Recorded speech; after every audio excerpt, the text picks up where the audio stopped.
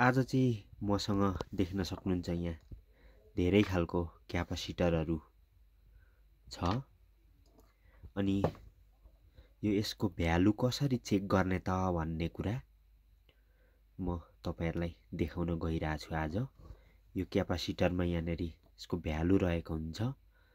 यो 470 युएफ को रहेको छ अनि 200 भोल्ट को यसको चाहिँ 200 युएफ को रहेको छ 200 युएफ अनि 330 भोल्ट अनि यहाँनेरि एउटा 16 भोल्ट 1000 युएफ को पनि रहेको छ अनि यहाँ एउटा ठुलो क्यापासिटर रहेको छ यो 200 भोल्ट 220 युएफ को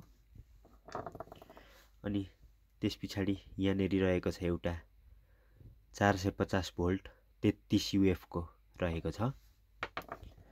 यो विभिन्न खालको क्यापासिटरहरु यहाँ मसँग छ अनि यो एउटा पनि क्यापासिटरकै क्याटेगोरीमा आउँछ। यो पनि यो एउटा 400 भोल्ट 105 जे लेखेको छ अनि अब यो हामीले लगाउँदाखेरि युज गर्दा कुनै पनि बोर्डमा अथवा यो सर्किटमा लगाउँदाखेरि यसको भ्यालुहरु चेक गरेर लाउनु पर्ने हुन्छ।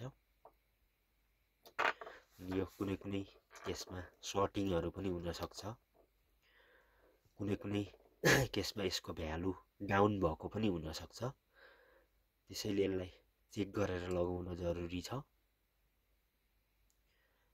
यो 220 युएफ को रहेको छ।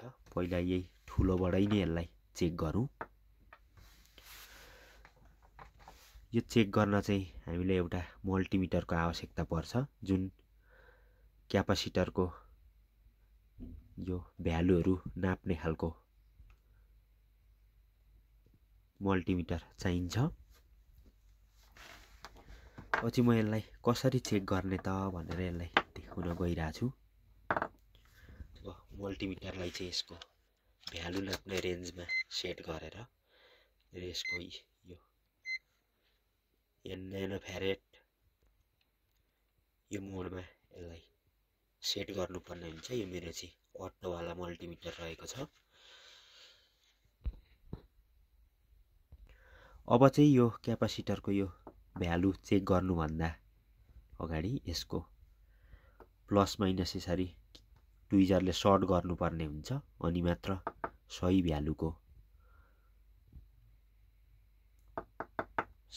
थाहा हुन्छ। यसलाई मैले सर्ट गरिसकेको छु। अब यसको माइनस पट्टि यता माइनसको डट नै बनेको हुन्छ अनि यतापट्टि प्लस साइड चाहिँ केही पनि बनिएको हुँदैन।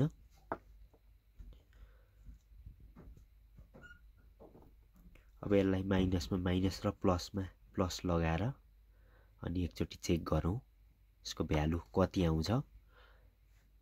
यहाँ चाहिँ यसको 220 युएफ देखाएको छ। अब त्यति नै भ्यालु यहाँ मल्टिमिटरमा शो गर्छ कि गर्दैन यसलाई चाहिँ अब यहाँ एकछिन लगाएर यसरी राख्नुपर्ने हुन्छ पोइन्टमा। त्यसपछि यहाँ देख्न सक्नुहुन्छ 234 युएफ यहाँनेरि देखाइसकेको छ यो क्यापासिटरको भ्यालु। यसरी लगाउँदाखेरि भनेपछि यो भ्यालु एकदम सही छ। यसमा अलिक बढी नै देखाएको छ। अब यो अर्को क्यापासिटर रहेको छ। यसलाई पनि चेक गर्न गइरहेको छु म। यसमा यहाँ नेगेटिभ साइड नेगेटिभ भनेर यहाँनेर यसरी डट बनिएको देखाएको छ। यो यसको नेगेटिभ रहेको छ अनि यतापट्टिको पोजिटिभ रहेको छ। यसमा पनि ध्यान दिनुपर्छ। अब यसलाई पनि यसरी नै सर्ट गराइदिने दुईटा पोइन्ट अनि यसमा पनि प्रोब लगाउने। यसको भ्यालु कति दिएको छ 200 युएफ 200 युएफ को रहेको छ। यसलाई पनि त्यसरी नै चेक गर्नुपर्ने हुन्छ। यसलाई पनि यसरी चेक गर्दाखेरि यहाँ 228 UF को 229 UF देखाएको छ। भनेपछि यो पनि क्यापासिटर हाम्रो ठिकै निस्क्यो।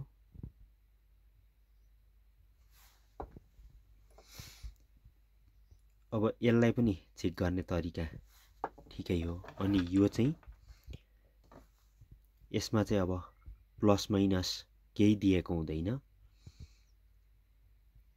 यसलाई चाहिँ जताबाट भए पनि चेक गर्न मिल्छ। 105 जे रहेको छ। यसको भ्यालु चेक गरौँ कति आउँछ।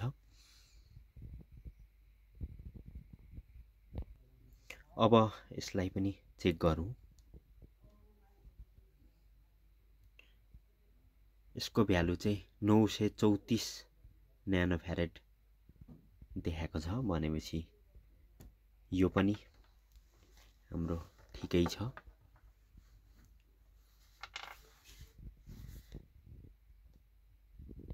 अब यहाँनिर एउटा 450 भोल्ट 33 UF को क्यापासिटर रहेको छ। यो पनि म चेक गरिहाल्छु।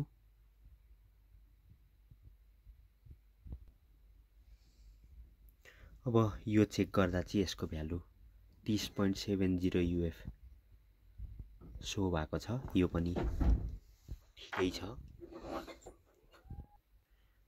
ल यो क्यापासिटरको भ्यालु चेक गर्ने चाहिँ यसरी नै हो। अब यो नेगेटिभ पोजिटिभ यसको चेक गर्दाखेरि यहाँनिर भ्यालु कम्ती सो भयो भने त्यो क्यापासिटर युज नगर्नु होला। अनि यो यसलाई बजरको रेन्जमा राखेर यहाँनिर चेक गर्दाखेरि सर्टिङ आयो भने पनि यो क्यापासिटर युज नगर्नु होला। ल आजको मेरो भिडियो यति नै थियो। यो क्यापासिटर चेक गर्ने तरिका मैले तपाईहरुलाई सिकाएको छु। म चाहिँ यसरी नै यो क्यापासिटरको भ्यालु चेक गर्छु। ल भिडियो मन पर्यो भने एक लाइक गर्न सक्नुहुन्छ। अनि च्यानललाई पनि सब्स्क्राइब गर्न नबिर्सिनु होला। म यस्तै भिडियोहरु लिएर आइरहन्छु। हस्, धन्यवाद।